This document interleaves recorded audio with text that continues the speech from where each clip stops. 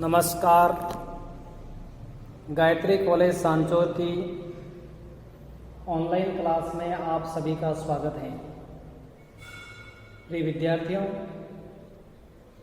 आज हम BA part 3 में भारत के किसान आंदोलनों का अध्ययन है वो करेंगे। इससे पहले के वीडियो में हमने भारत में किसान आंदोलन के कारण पढ़े थे और भारत के दो बड़े किसान आंदोलन, बंगाल का किसान आंदोलन व मराठा किसान आंदोलन का अध्ययन है वो किया गया। बंगाल में उस समय में ब्रिटिश सरकार द्वारा अधिक राजस्व प्राप्त करने के लिए इस्तमरारी बंदोबस्त नियम लागू किया था, जिससे किसानों और जमींदारों का भी शोषण होना शुरू हुआ। किसान उत्पादन करते और उस उत्पादन का उन्हें लागत मूल्य भी नहीं मिलना चाहता था।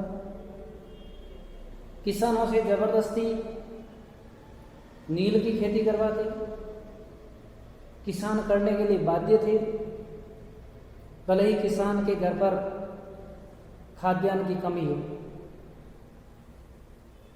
इस तरह मराठा किसान आंदोलन भी प्रगतिशील था। दक्षिण में जो रैयतवाड़ी प्रथा शुरू की गई थी, इस रैयतवाड़ी प्रथा से किसानों का शोषण हो रहा था। सेठ साहूकारों ने किसानों को जो ऋण ब्याज पर दिया था, उस ऋण पर मुंह मांगा ब्याज लगाते थे और इस मुंह मांगे ब्याज के कारण किसानों की हालत खराब हो रही थी। मजबूर में मराठा किसानों ने कृषि कार्य छोड़ा और अपना टारगेट सेठ साहूकार महाजनों को बनाया। उनके घरों को लूटा, उन पर आक्रमण किया, संपत्ति को चुराया और सबसे महत्वपूर्ण, उनके पास में जो लेखा बहिया या जिस पर किसानों के ऋण दर्ज थे, उन्हें जलाकर सबूतों को नष्ट किया। इस तरह एक के बाद एक भारत में किसान आंदोलन होते जा रहे थे। उस समय भारत का किसान शोषित था, पीड़ित था, किसान की हालत माली थी और ऐसी विपरीत परिस्थितियों में किसानों के पास आंदोलन के सिवा कोई और रास्ता है वो नहीं था। आज हम पढ़ते हैं पंजाब के कोका किसान आंदोलन के बारे में। तो देखिए, पंजाब के किसानों का विद्रोह शुरू होने से पहले ही इस विद्रोह ने ब्रिटिश सरकार की नींव हिला दी थी। सिखों के अंदर पंजाब में कुरीतियां दूर करने के लिए भगत जवाहरमल के नेतृत्व में आंदोलन का सूत्रपात हुआ, लेकिन किसानों पर बढ़ते अत्याचार, ऊंची लगान दर, सेठ साहूकारों के शोषण के विरुद्ध 1863 ईस्वी में नामधारी सिखों ने अपने नेता राम सिंह कुका के नेतृत्व में आंदोलन चलाया और इस आंदोलन का लक्ष्य था पंजाब में सिख सत्ता की पुनर्स्थापना करना था। कूका का मतलब कूक आवाज से था, अर्थात इस कूका के माध्यम से नामधारी सिख ब्रिटिश सरकार के खिलाफ आवाज उठाते थे। ब्रिटिश सरकार की आवाज को, नियमों को मानना नहीं चाहते थे और स्वदेशी आंदोलन पर बल देते थे। ब्रिटिश सरकार ने जब पंजाब की कूका किसानों पर दमन चक्र शुरू किया तो कूकाओं ने भी इसका जवाब देने के लिए हिंसा का सहारा लिया। कई सरकारी सैनिकों ने कूकाओं को मौत के घाट उतारा। राम सिंह कूका को बंदी बना लिया और इस कूका विद्रोह के बाद पंजाब में किसानों का आंदोलन और भी तेज हो गया। पंजाब के किसान अपनी जमीनों पर साहूकारों का तेजी से कब्जा होता देखकर उत्तेजित हो गए थे। उनको लग रहा था कि अगर इसी तरह दमन चक्र चलता रहा तो हमारी जमीनें साहूकारों के पास चली जाएगी। अंग्रेजों की नीतियों के कारण साहूकारों का प्रभाव बढ़ने लगा। किसानों को अपनी आवश्यकताओं की पूर्ति के लिए साहूकारों पर निर्भर रहना पड़ता था, साहूकारों से ऋण लेना पड़ता था और साहूकार ऋण के बदले किसान की जमीन गिरवी रखते थे।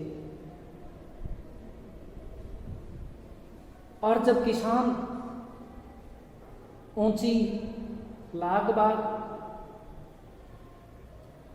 अनावृष्टि, अतिवृष्टि, प्राकृतिक प्रकोप जैसी पीड़ाओं के कारण ऋण का ब्याज नहीं चुका पाते थे तो उनकी जमीनें जब्त कर लेते थे।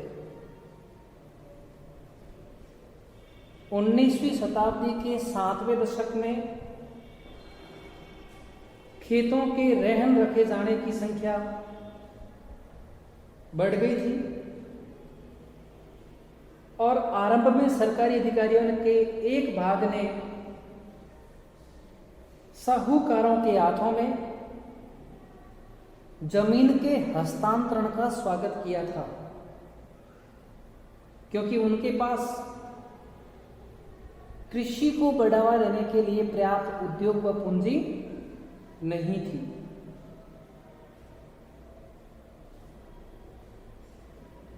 उस समय कानून और व्यवस्था गिरती हुई स्थिति में थी। किसानों ने गांवों में हिंसा कार्य शुरू कर दिया और सिख काश्तकार कनाडा, अमेरिका जैसे क्षेत्रों के लिए हैं वो रवाना है वो हो गए थे।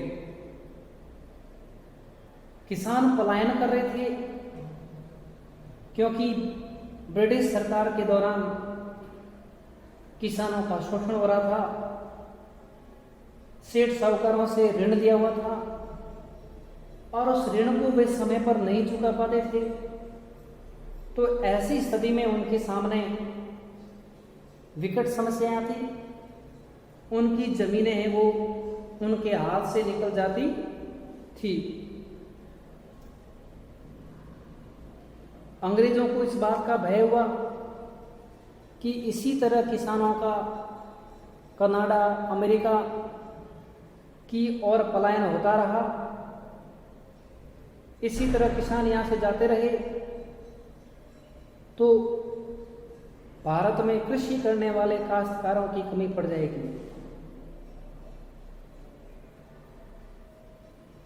इसके अतिरिक्त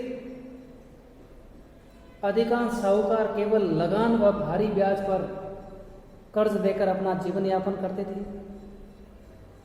उनके सामने भी समस्या आ जाएगी। अंग्रेजों के लिए परेशानी तो इस बात की थी कि पश्चिमी क्षेत्रों में किसान, जमींदार और खेतीहर सभी हैं वो कौन थे? मुसलमान थे, जबकि साहूकार प्रायः हिंदू बनिया होते थे। इस प्रकार इस क्षेत्र में कर्जदाता साहूकार के बीच धार्मिक भेद भी उत्पन्न हो गया था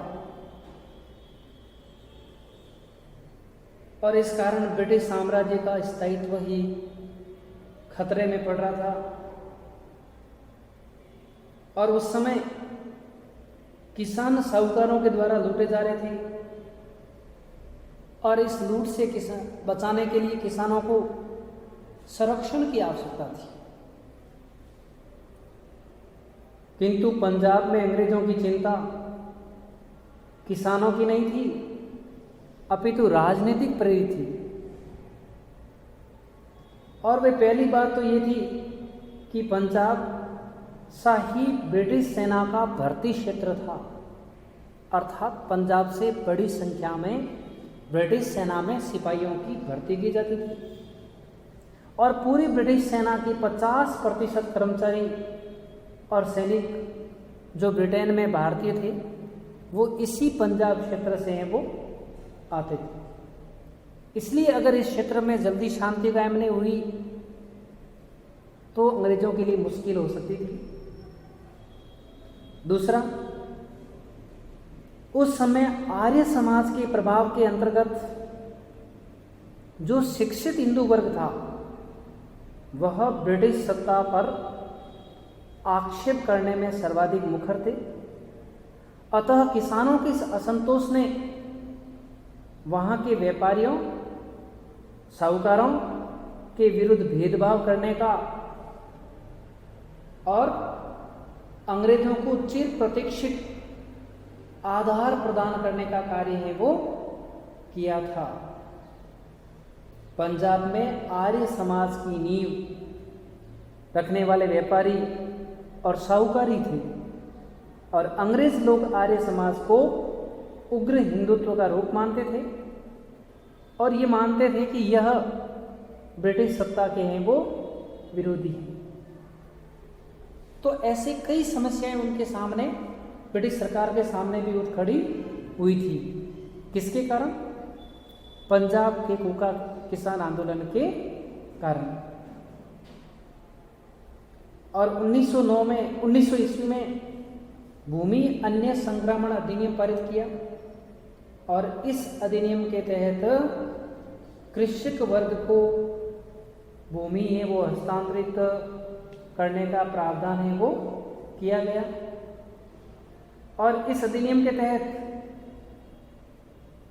इस आंदोलन के तहत लाला लाजपत राय, सरदार अजीत सिंह आदि ने किसानों का है वो सहयोग किया था। इस तरह धीरे धीरे पंजाब में किसानों के असंतोष को बड़ी मुश्किल से अंग्रेजों ने है वो शांत किया था। इसके बाद देखते हैं अगला, पबना किसान आंदोलन। तो देखिए, पबना पड़ता है बंगाल में, वर्तमान में बांग्लादेश में। 1872-73 में पबना के किसानों ने आंदोलन कर दिया और उनके आंदोलन का मुख्य कारण था जमींदारों के अत्याचार, ब्रिटिश शासकों के अत्याचार। इससे पबना के किसान त्रस्त थे। त्रस्त किसानों ने जगह जगह पर सभाएं की और अपने को संगठित किया, हथियारों से लैस किया और उन्होंने लगान वृद्धि को रद्द करने, बेदखली को तुरंत बंद करने और जमींदारी प्रथा को समाप्त करने की मांग है वो की थी। लेकिन ब्रिटिश सरकार उनकी किसी भी मांग को मानने को तैयार नहीं थी। मजबूर में किसानों ने आंदोलन किया, लेकिन ब्रिटिश सरकार ने उनकी बात मानने की बजाय इन्हें क्रूरता से वो दमन किया था। इसके बाद हम देखते हैं असम किसान आंदोलन। तो देखिए, असम में भी साहूकार, सूदखोर तथा उनके संरक्षक अंग्रेज किसानों का शोषण करते थे। यह इलाका पहाड़ी क्षेत्र था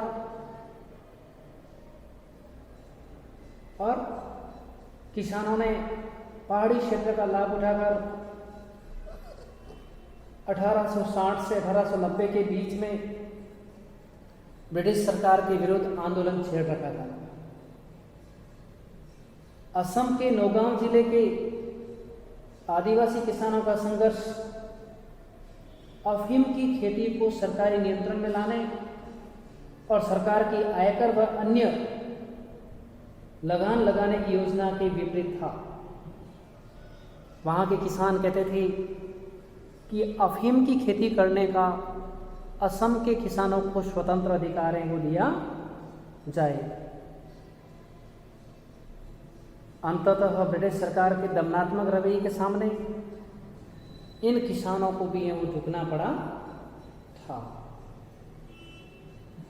इसके बाद हम देखते हैं मोपला किसान आंदोलन। यह कर्नाटक के आसपास के क्षेत्र में 19वीं शताब्दी के दौरान मोपला किसान आंदोलन कृष्णा व गोदावरी नदियों के डेल्टा पर हुआ था। मोपला किसानों की मांग थी, शिकायत थी कि अत्यधिक लगान की वसूली कम की जाए और सरकारी संरक्षण व सरकार की सांठ-गांठ वाले साहूकारों द्वारा जो शोषण किया जा रहा है उसे बंद किया जाए। इसके अलावा अकर्मण्यता का जो भाव है, अर्थात कृत्रिम सिंचाई के साधन विकसित न कर रहे हैं, उसे विकसित किए जाने चाहिए। इसको लेकर के मालाबार क्षेत्र में मोपला लोग किसान और पट्टेदार थे और इन मोपला में अधिकतर मुसलमान किसान थे और मोपला लोगों का अधिकांश भाग खेतों व चाय कॉफी के बागानों में खेती का काम किया करता था। अब मोपला लोग हैं वो मुसलमान थे, जबकि यहाँ के जमींदार और साहूकार हैं वो कौन थे? हिंदू थे। इस कारण मोपलाओं ने इन जमींदारों और साहूकारों के खिलाफ विद्रोह किया और उसमें मोपला किसान आंदोलन ने सांप्रदायिकता का रूप ले लिया। लेकिन ब्रिटिश सरकार ने सैन्य बल के माध्यम से इस आंदोलन को भी वो कुचल दिया था। इसके बाद भारत में और भी किसान आंदोलन में पूना और अहमदनगर जिले के किसानों ने भी ऐसी समस्याओं से ग्रस्त आकर आंदोलन किया। यहाँ पर पूना और अहमदनगर में भी लगान बढ़ाया जा रहा था और करों की वृद्धि के कारण किसान आत्महत्या करने को मजबूर था। किसान सिर से पैर तक कर्ज में डूब गया था। वह पेट की भूख भी शांत नहीं कर पा रहा था और बंबई प्रांत के सूदखोर साहूकार महाजन किसानों से चक्रवर्ती ब्याज वसूल करते थे। किसान को अपनी संपत्ति गहने गिरवी रखने पड़ते थे। इससे किसान परेशान हुए और उन्होंने सेठ साहूकार व ब्रिटिश सरकार के खिलाफ आंदोलन की राह वो पकड़ ली थी। इस दौरान भी उन्होंने सेठ साहूकारों के पास जो लेखा बहियाँ थी, ऋण पत्र थे, उनको जलाया, हिंसक झड़पें की। फिर ब्रिटिश सरकार के मध्यस्थता से इस आंदोलन को भी वो शांत किया गया था। कुल मिलाकर हम देखें तो भारत में किसान आंदोलन का मुख्य कारण अत्यधिक लागबाग, ऊंचा राजस्व दर, सेठ साहूकारों द्वारा शोषण, प्राकृतिक प्रकोपों के दौरान भी कोई सहायता नहीं मिलना, किसान पर भ्रष्टाचार से भी अधिकारी पैसे कमाते थे। इन तमाम कारणों से किसानों ने आंदोलन की राह पकड़ी और अपने अधिकारों के लिए लड़ाई भी है वो लड़ी थी। धन्यवाद।